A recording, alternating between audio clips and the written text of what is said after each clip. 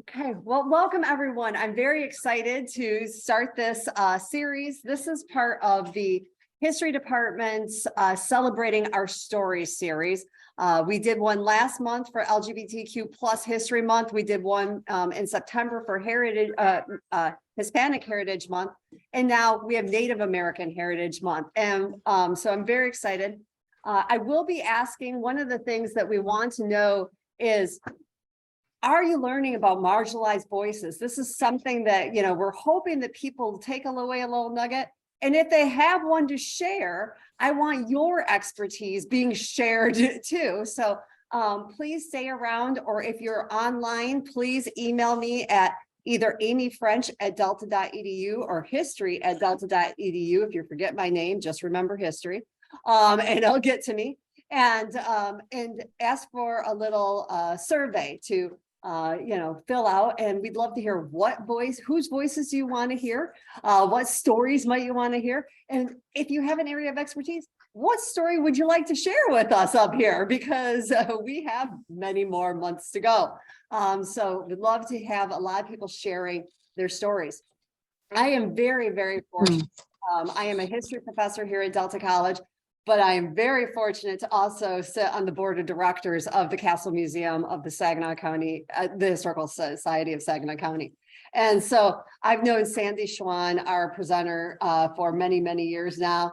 I have learned from her. I have been able to laugh with her, and I have been able to just benefit from her vast insight into our local history.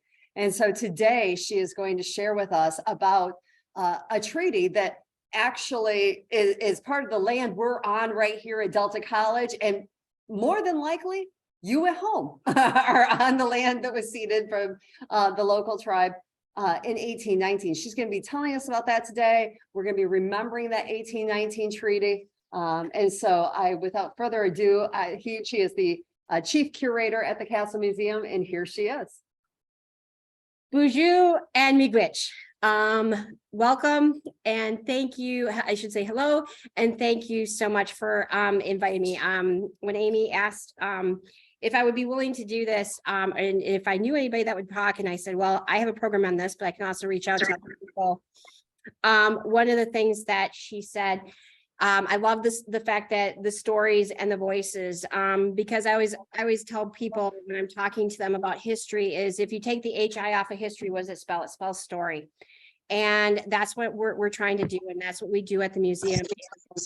Collect stories, and we are working to present them. And we try to present as much information as we possibly can.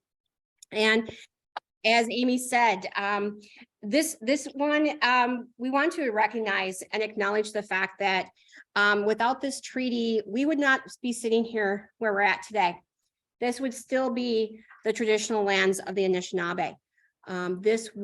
So our lives today were impacted by this treaty that happened just a little over 200 years ago. What we're standing on is lands that had actually been occupied and lived on by people for over 10,000 years. This is a very rich area in natural resources, and people found it a very great place to live. And so we have the archaeological evidence as well as the historical evidence that says how long people were living here prior to the Treaty of 1819. So without further ado, we'll see how the technology works here. One of the things that we always talk about in history, and I think that as a historians, whether you're in the academic world, in the museum world, whether you do public broadcasting, however you tell that story, however we were to tell a story, whether it's in your personal lives, whether you do genealogy, we're always trying to tell the best story. And so often people think that history is written and it's fact and it never changes. And for those of us that work in that world, we know that we just have, without that time machine that we can go back and figure out exactly what history was, what that moment in time was actually like, we have to gather pieces. And I always think of it as a puzzle piece. And the more information we collect over time, and we don't have a drawer that we can just go to and say, oh, here's all the information that those pieces where we're missing. We gather that over time, new evidence comes to light, and we look for it. And But one of the other things that has happened in the past, and I see the wonderful changes. We live in a very exciting time because I see the changes within the history world, and it's exciting and it's wonderful, is the fact that we want to be more inclusive. You know, at one point, one of the things that had happened was the story always by historians was history was written by the victors. It was one point of view. And that is something that is changing. We want multiple stories. And this became very evident back in 2019 when we were renovating one of our major galleries at the Castle Museum. And one of the things that we did was we reached out to, our, okay, me and technology. Okay, we reached out to our partnerships. Over the years, we had developed a partnership with the Zebulon Cultural Center out at the tribe. And we had worked with them on various different projects over the years, but we reached out them because we said, we want to talk about the treaty in this exhibit. And we don't want it just from our perspective. We don't want it from a one-sided perspective. We want their voice. We want to include them in them. And so we reached out to them, and it was this wonderful partnership and friendship. And they actually reached back and said, hey, we're doing something on our end to commemorate the 2019 anniversary of the treaty. Would you be willing to serve with us to make those events possible, to acknowledge this treaty signing and the impact that it has had? And that was a great honor for us. But that partnership, you know, took a lot of, like I said, it was based on friendship, but it was also based on mutual respect and being open and willing to listen and to hear what other groups had to say about the same story, but from a different perspective. So going back, in order to really understand the Treaty of Saginaw, you really need to know the players that are involved. And Michigan was a state before it became a state. It was a land under three other countries' flags. One was France. They laid claim to it in 1634. Then the British came in 1760. After the last of the French and Indian Wars happened, they maintained or became controller in Michigan. They were the ones that had it. Ironically, even though the American Revolution ended in 1783, the Americans did not get control of Michigan until 1893 with the Jay's Treaty. So at that point, there was still kind of this give and take back and forth. So why did everybody want to be in Michigan? Why did they come? They came for the furs. They came in particular for the beaver furs. They came for other pelts as well, but they came predominantly for the beaver. The beaver had pretty much been decimated in Europe. However, it was still part of the height of fashion. It was predominantly used to make men's top hats. However, it was also trimmed in clothing, but they had pretty much decimated the beaver population. When the French came into the area, the French predominantly just wanted to trade with them. Yes, they were settling this area, but for the most part, the French wanted to trade with the Anishinaabe who were living in this area. The British came in, they brought a little bit more settlement, but again, they were predominantly coming to trade. It wasn't until the Americans started coming into this area and trading that things began to change. And the Anishinaabe started to see a little bit of the handwriting on the wall that things were going to change, that the Americans didn't just want the fur, they wanted something more. And what they were looking for is they wanted land.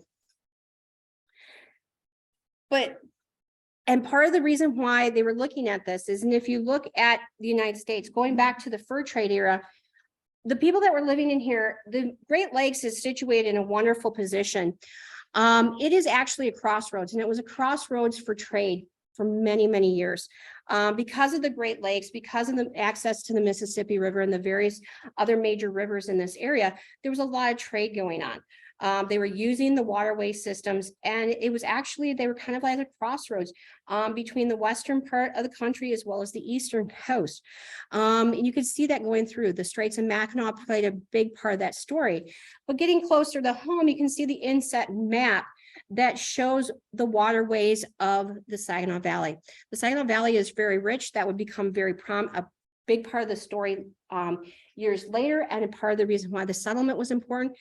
It made the area very fertile, but it also brought lumbering, and it made lumbering very prominent. So it brought more people to this area. But during the fur trade era, they were actually using waterways. And so one of the things you can see, and I know the map's a little bit small on there, but there's a number of village sites. You see little village sites or little settlements where people were living, and because they were utilizing those resources right along those waterways, it was very important to this era. But it really wasn't until the War of 1812 that a really turning point came in. And it really wasn't until we did the Treaty of or when we did our foundations exhibit, that I really figured out the impact and the significance of the War of 1812 to what would become the Treaty of 1819. But as I said, by this point, by the War of 1812, predominantly the Anishinaabe sided with the British. And that would become a crucial decision in the making of the Treaty of 1819. They sided with the British, the Americans won. So that would lead into the next one. One of the major players was Lewis Cass. Lewis Cass was originally, his family was from New York. They eventually settled in the Ohio area. He eventually made his way during the War of 1812 into Michigan. By 1813, year after the war, he was actually appointed governor, territorial governor of Michigan. And he began quickly creating policies and programs and especially treaties, negotiating treaties. And one of the ones that he negotiated 2 years before the Saginaw Treaty was the successful Fort Meigs one in Ohio. As the beginning of 1819 was happening, one of the things that he did was he actually wrote to the Secretary of War, John C. Calhoun, about the Saginaw Valley. And I'm hoping that this will be able to play. If not, then I will read it in here. But I think that it's really powerful to hear what he had to say. The Saginaw Bay and River and their branches in the territory of Michigan water a country which is represented as highly valuable and fertile. From information which has recently reached me, I have reason to believe that the cession of a considerable portion of it may be obtained from the Indians. The policy of inducing the Indians in the immediate vicinity of our settlements to migrate to the country west of the Mississippi, or of circumscribing them within narrow limits and of surrounding them with a white population, cannot be questioned. It is proper, therefore, to seize every opportunity which is offered to effect these objects. It is impossible to ascertain with precision the quantity of land which may be obtained. Much depends upon the temper of the Indians at the time, and upon circumstances which cannot be foreseen. But I should think it improper to make the effort without a strong possibility of success. Basically, Cass is writing in February. The treaty does not take place until September. He is basically writing to Calhoun in February saying, I can get the Saginaw Valley for you. I can get this treaty for you. 6 months out. He has not come into this area. He is not as familiar. He is saying, I can get this. And not only am I going to get this land, but I'm going to make sure that all the Anishinaabe leave this area. And not just leave the area, but leave Michigan. They're going to be relegated west of the Mississippi. He's already saying that. He has it in his mind that he's going to be able to do this already at this point.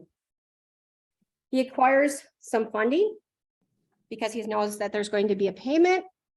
And he starts making preparations to negotiate the Treaty of Saginaw. He eventually does succeed in making the Treaty of Saginaw, after which he goes on to many more treaty signings throughout the state and throughout the region. He also helps to survey parts of the Northwest Territory. But then he leaves his post as governor in 1830, as territorial governor in 1831.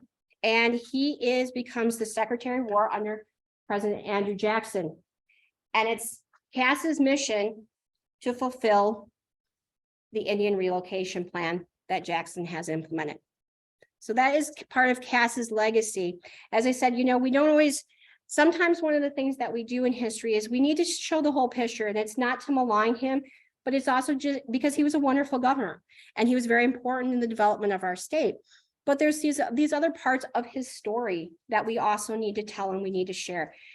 He made choices and he made decisions just like all of us do on a regular basis. And he made the choice to leave Michigan, and he was very instrumental in making sure that American expansion happened by removing indigenous people west of the Mississippi.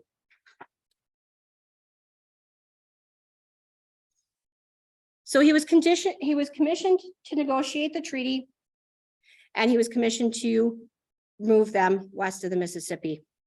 Well, he needed help. As I said, he wasn't that familiar with the area, and it was not easily accessible at that time. There was not the roads and the expressways to get us here quickly. So he sought out Louis Campo. Louis Campo had come to the Saginaw Valley area. He was one of the first traders to actually build a trading post in the Saginaw area. And so Cass reached out to him and asked him if he would, one, reach out to all the his trading partner, all the Anishinaabe, and get them to come to this treaty and sign that. It was very important that they come. He did want them to come. And so he reached out to them and he said, please get them. I also need you to build accommodations because I will be coming with a garrison of soldiers, as well as some other secretaries and people working, his assistants. And he would also need some place to hold the trees. So Campo actually near the Saginaw River, which was important meeting grounds for the Anishinaabe in the area. He built near his trading post, he built a meeting hall for them to come and meet. When Cass arrived on September 10th, he came overland. The troops had arrived earlier because they actually came by ship and they came up the Saginaw River, but he arrived in overland.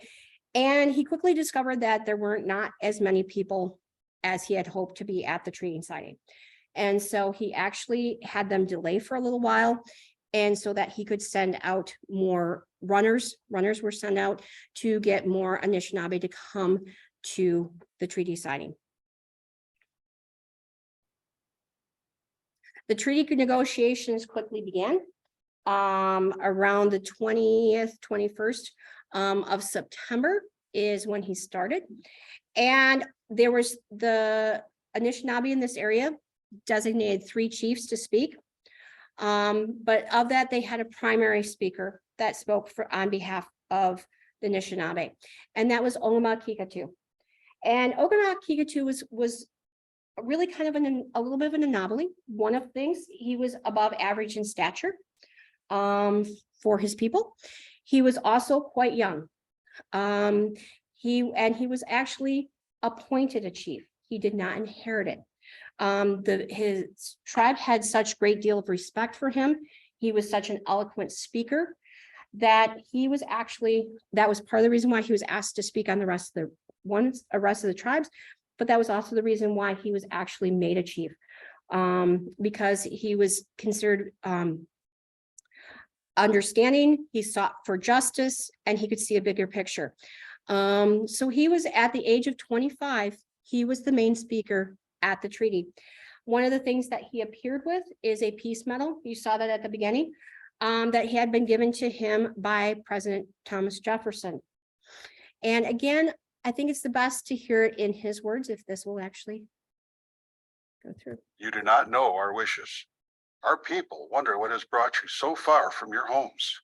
Your young men have invited us to come and light the council fire. We are here to smoke the pipe of peace, but not to sell our lands. Our American father wants them. Our English father treats us better. He has never asked for them. Your people trespass upon our hunting grounds. You flock to our shores. Our waters grow warm. Our land melts away like a cake of ice.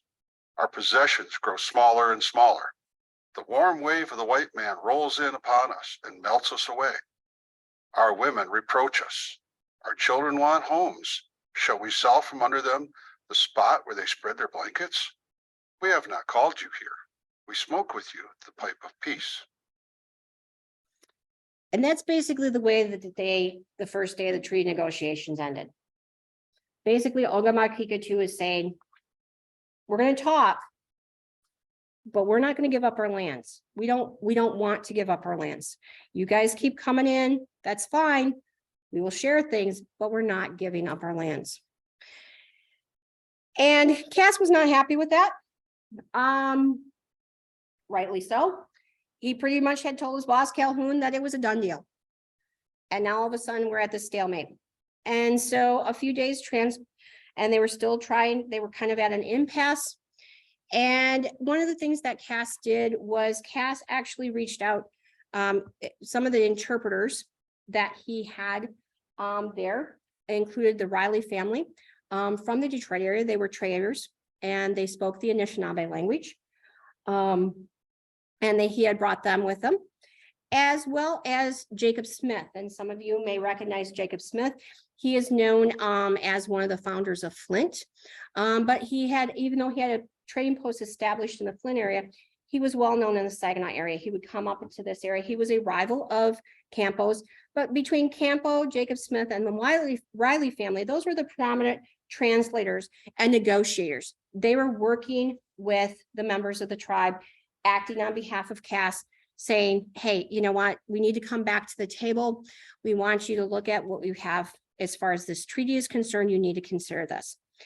And it was really kind of Jacob Smith who actually was the pivotal person that kind of did the treaty, because one of the things that Cass came back with was, remember I said about the War of 1812, Cass came back and said, okay, you guys say you don't want to give up your lands. You sided with the English, you lost. Therefore, you're conquered people. We can just simply come in and take your land. Your choice. Do you want to negotiate, or do you guys want us to take it? And so Jacob Smith basically came to them and said, look, he's not kidding. They're going to come in here in force. They're going to take all the lands. Right now, you have a chance to negotiate reservations. You have a chance to negotiate finances. You have a chance to negotiate that. If you walk away from this deal right now, you will lose everything. And they believed him. And so the Treaty of 1819 was signed. They ceded, the Anishinaabe ceded 6 million acres of land. You see that here in the yellow section was the land that they ceded over to the United States. In return, they were 16 tracts of land or reserves were set aside for them to live on. Of that 6 million acres, only 100,000 acres remained for them to live on.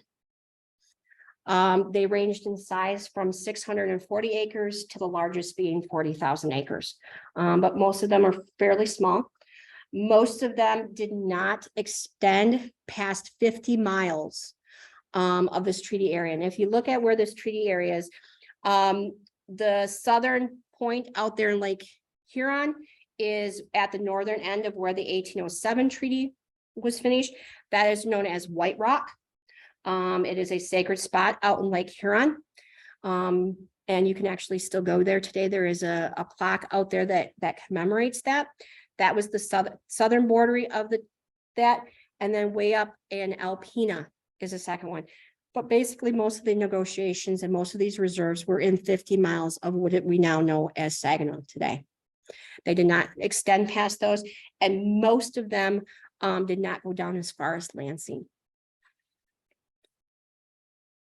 There was a payment initially of $3,000 in silver with an additional $1,000 to be paid forever thereafter. That has not happened. And then by 1837, even those 16 tracts of land no longer existed.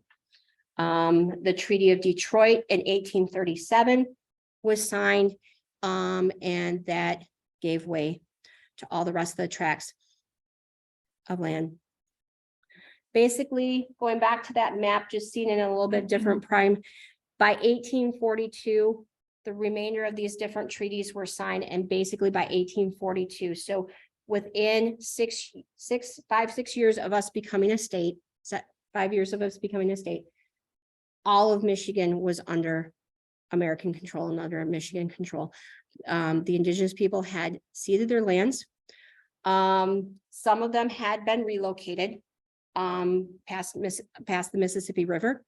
Some of them made negotiations with missionaries and were able to stay in the area. Some of them bought private property and were able to stay in the area. But many also left Michigan. And then in our conversation, and Amy talking about this program, I was very grateful that she shared these maps with me. It was something I had not seen, and I'm a visual person. I believe that one picture is worth 1,000 words. And this first map, which is not appearing on the screen, there it is from 1860, or I'm sorry, 1850. So you can definitely see that as America is expanding after the Revolutionary War and after the War of 1812, you can really see the relocation. You can really see the relocation plan. Basically, everything that you see in the darker color is where tribes are still living. Everything you see there in other parts of it, unless you see little small dots. And as Amy and I talked, you can see, for those of us that are standing a little bit closer to the screen, there is a little red dot in the center of Michigan where the Isabella Reservation is today. And that reservation was part of a treaty in 1855 that set aside that particular land in 1855. So 5 years after that, that land was designated. By 1865, you can see that how the influence on the Western coast, especially with California, but also throughout the Plains states as well. By 1880, so basically within 60 years, a little over 60 years of this treaty of 1819, the majority of the United States is no longer indigenous homeland. And this is 2000.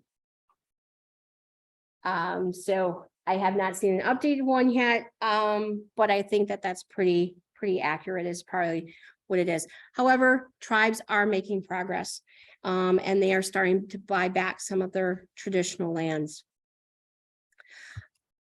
An interesting person that I discovered had done a lot of research, and I think that his quote says a lot, is William L. Weber. He was actually a mayor of East Saginaw. And in addition to being a mayor of East Saginaw, he was also a politician, but he had also done a lot of research on the Treaty of Saginaw. And I thought that this quote was really profound. It's actually in our exhibit. It is difficult to imagine that the entire Saginaw Valley, with the present site of the city of Lansing and all other towns and cities, were until 1819 the property of Indians with no right on the part of the white man to settle within it. Thought that was an interesting comment from a man that he was studying this and beginning to think about the impact that they had on the indigenous culture of this area. So this is Michigan. This is Michigan in 1997. The tribes and reserves that are still located throughout the state based on various treaties as well as agreements. But the exciting thing is, and there's a wonderful program on PBS, and if you get a chance to research it or to view it, I highly recommend it. It says, we still remain. And that is a call. It's a call of hope, and that is so true. The Saginaw Indian Chippewa tribe is one of the federally recognized tribe. So that was one of the things I was going to mention with the map as well. These are federally recognized tribes. There are also non-federally recognized tribes that own property within the state of Michigan, as well as elsewhere in the country. If they were not there to sign up that day, they are not federally recognized. However, the Saginaw Chippewa Indian tribe of Michigan is a federally recognized tribe. It is one of the larger reserves, if not the largest reserve in the state. And it is definitely very active and embracing their culture. There are still more mysteries. As I said, we are still trying to figure things out with the treaty. History is not done. Some mysteries we are able to solve, at least we hope that we will be able to solve, but other ones we cannot. One of them is the exact location of where the treaty was signed. This monument in commemoration of the treaty now sits at the corner of Court and Hamilton Street in Saginaw. However, it has been well traveled over the years. It has been farther up the street on Hamilton and farther down the street on Hamilton for lots of different reasons, depending on the historian's point of view and interpretation of where the treaty was signed. We know that this treaty was signed somewhere in conjunction with where Fort Saginaw would eventually be placed, but that is one of those other mysteries where we don't know exactly. It's an estimate and it's kind of about halfway in between, but it's an approximate location. That's a mystery that may or may not ever be solved. The other mystery is what happened to the actual treaties. The actual Saginaw Treaty is only available in a photographed form. This treaty was actually photographed by the Saginaw News back in 1938, when it was basically kind of one of those things where it was found in a family's attic. It is the tribe's copy. The state also had a copy, or the federal government had a copy as well. When we got ready, when they were honoring the commemoration of the Sesquicentennial, so the 150th, the local historians, Ralph Strobel, reached out to the National Archives to acquire an actual copy of it, only to discover that their copy of it was gone as well. So there's written documentations. It's really kind of interesting with the treaties. One of the things that happens is depending on which printed format you read depends on how many names and signatures are actually on the treaty. We know that ours is incomplete. These images are incomplete. Originally, and this comes from a curatorial standpoint as well as a historical standpoint, when we start examining this picture in preparation for it, and I'm hoping I can go off camera a little bit, but I don't think I can. Is it okay if I go off camera? Okay. So basically, one of the things we discovered is this is one continuous document down here. And then we knew that we had this piece. This piece, when you flip it over, is actually the back of the top. So we know that there should have been at least a couple more photographs taken, but for whatever reason, all the printed copies that we have only show these kind of 4 sections of it.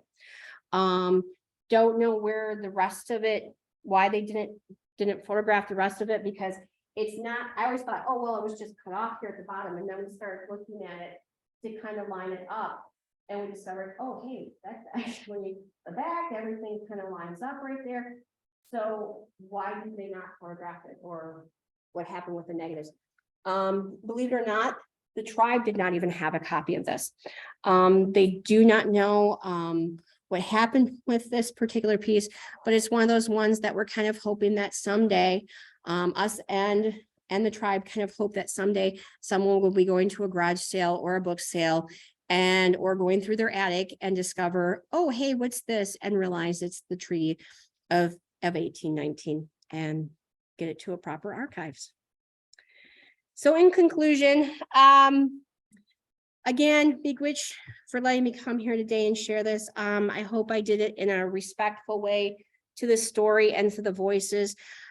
And as Amy said, you know, this is about sharing different stories from different people's perspective. And when I was looking at this, I said, you know, we're all in this, we're in one world together, and we're joined together. Everyone is equal, and we need to share those stories. And the best words I can end with are, we're all working together for our future. And by understanding our past, including everyone's voices, we create better understanding. And as we create better understanding, it's easier for us to move forward and hopefully make good decisions that will benefit everyone. So, Miigwech, thank you for having me today.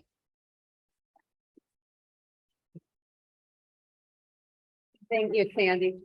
Would you entertain some questions? I would. All right, wonderful. Do we have any questions from the audience? I have a question. How long did it take for the tribes to relocate? That did not happen immediately.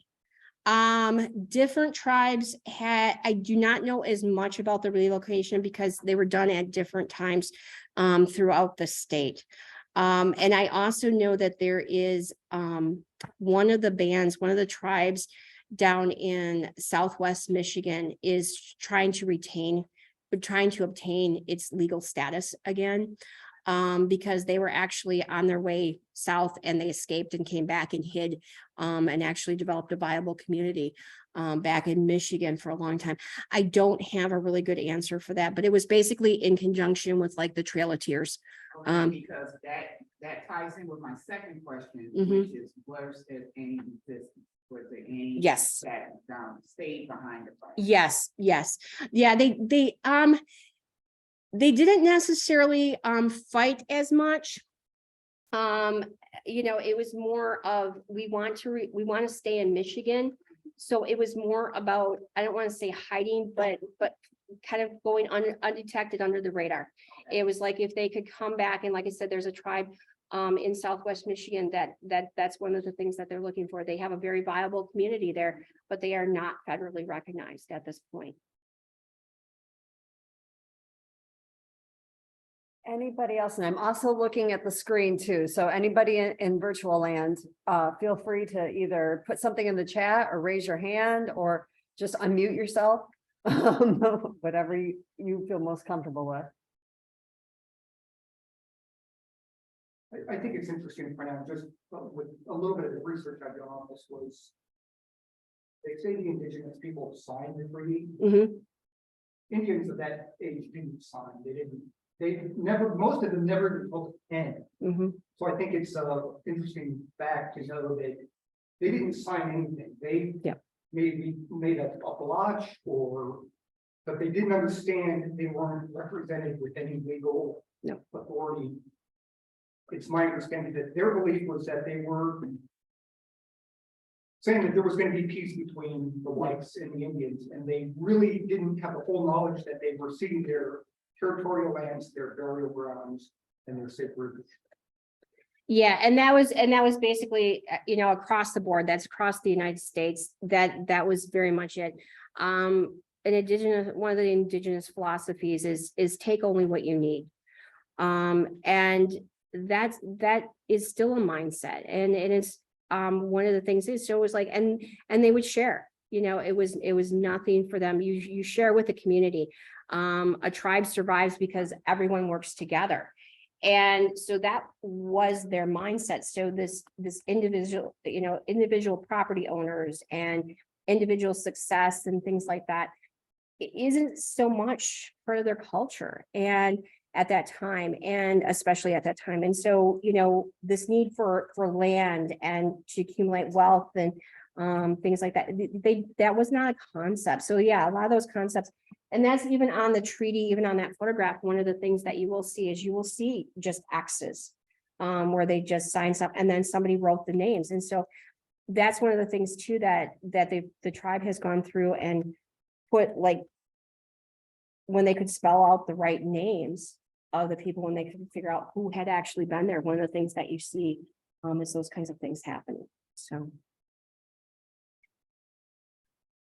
They can't hear the audience, so I'm trying to write the questions. in the okay. chat, I will be 'cause they more can't careful hear- about reiterating, rephrasing. yeah, Yeah. rephrasing the question because Yeah. they can't hear the audience, yeah. I think there's a way to unmute that screen.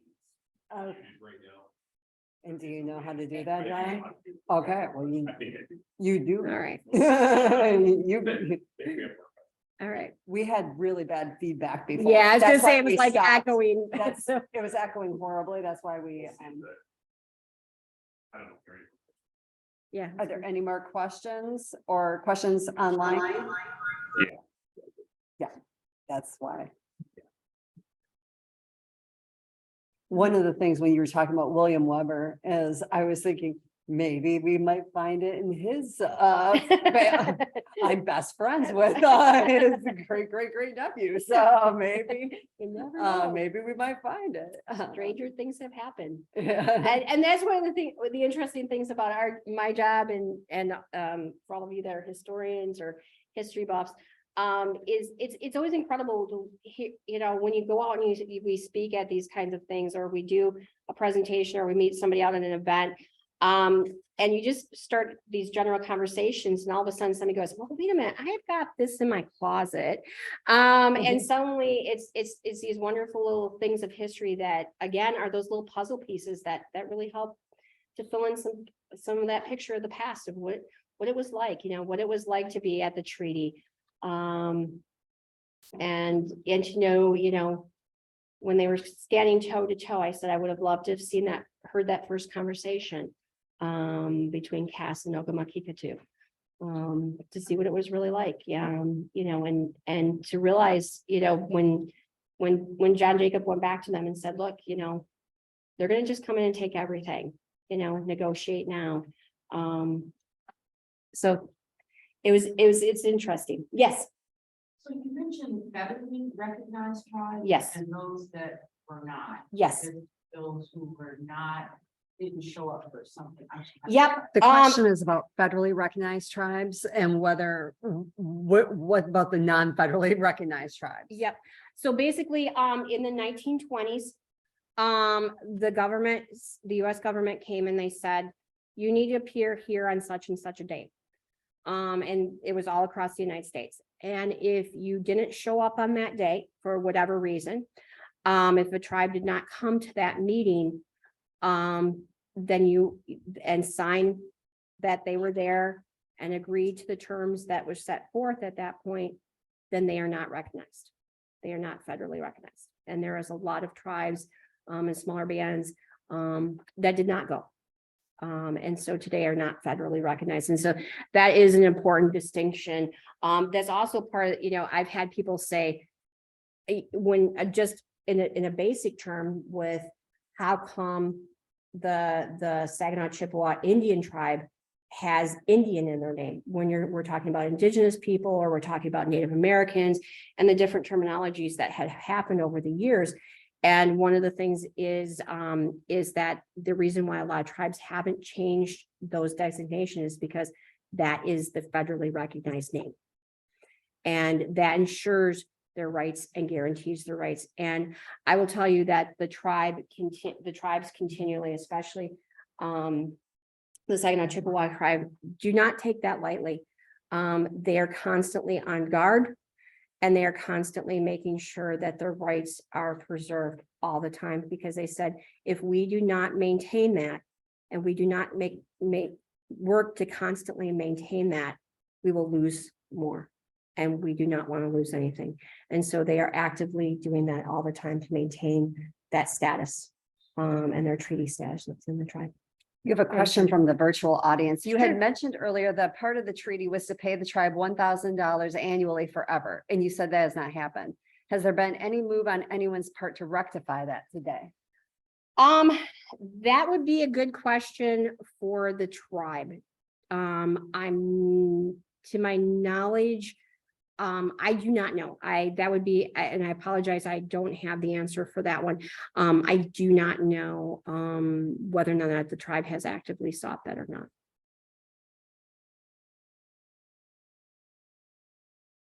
Yeah, Christina and then Dr. Curry. I don't have a question. Recommendation for anybody that's interested in more. There's a documentary called The Canary Effect Ooh, that talks about a lot of these treaties that we not on. Well, Yeah. A lot of the history.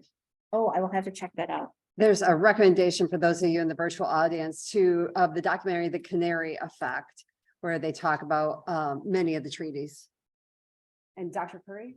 Yes, if a Native American speaker from one of the tribes was here right now, What would that person add to this? Oh, a lot more, a great deal, far more. Probably a lot more passion because it is their story. I walk between two, I feel like and that's why I said I hope that I did a respectful job because I walk between two worlds. I walk between that of the white culture and my relationship with the people at the tribe and my friends there in Anishinaabe, as well as being a museum curator and a historian. And my role with that is to present the information, present as much information, in some respects, have you present the facts. And as I said, sometimes one of those things, in order to tell a story, we omit facts that don't necessarily tell the exact story we want to tell. And we're now in an age where it's like, we don't want to do that. We have to tell the whole story. We have to tell them a whole story so you can see a bigger picture. And so my philosophy is on that, the more voices that you have, and especially the voices, one of the things I can tell you that they introduced me to is blood memory. And if it's a concept that if you're not familiar with it, but it's blood memory that's encoded. It's the hurts and the wrongs and the injustices that were done many years ago. Still have an impact on their lives today. And that is part of the reason why they fight for their treaty rights so much nowadays and their rights to maintain those treaties and maintain their status as a federally recognized tribe, because that is so important. So there's passion and their perspective.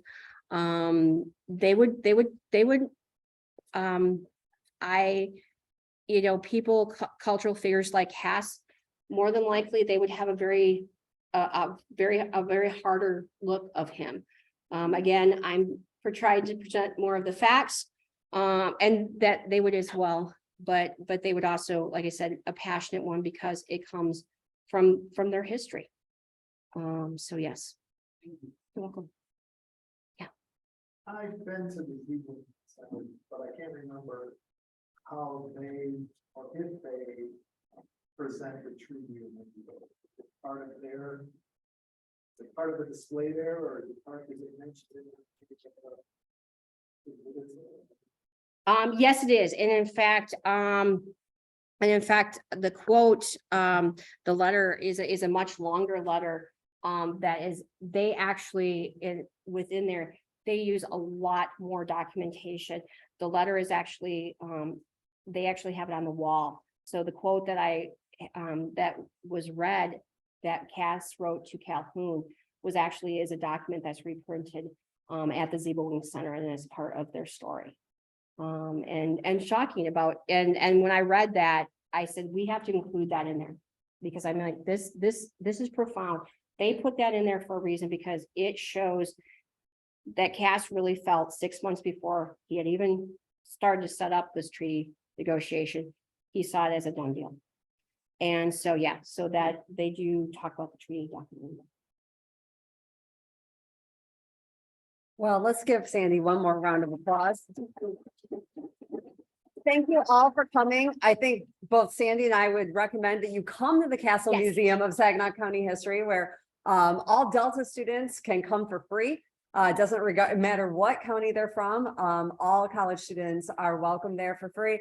And Saginaw County residents are there for free. And everyone else is what, $1?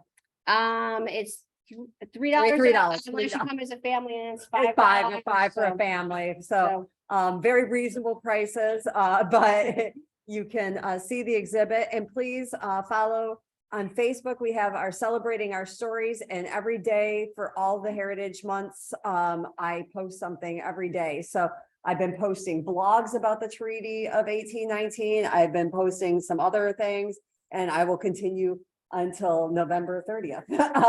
So thank you all. And I was going to say, and if I can do, I know it was mentioned too, if you get a chance, if you have never been to the Zeebowing Center, please go up there and visit them as well. It's a beautiful experience. it's a wonderful perspective. And that's why I said we're constantly working in partnership with them to bring those stories to us. So yeah, if you get a chance, also go to the Zeboing Center. Yes. And I can't remember what street it's on, but I know the castle's at 500 Federal Way. Yeah, and, I don't- they're right behind the casino. yeah, and the Ziegler Center is, all right, thank you, everyone. Thank you.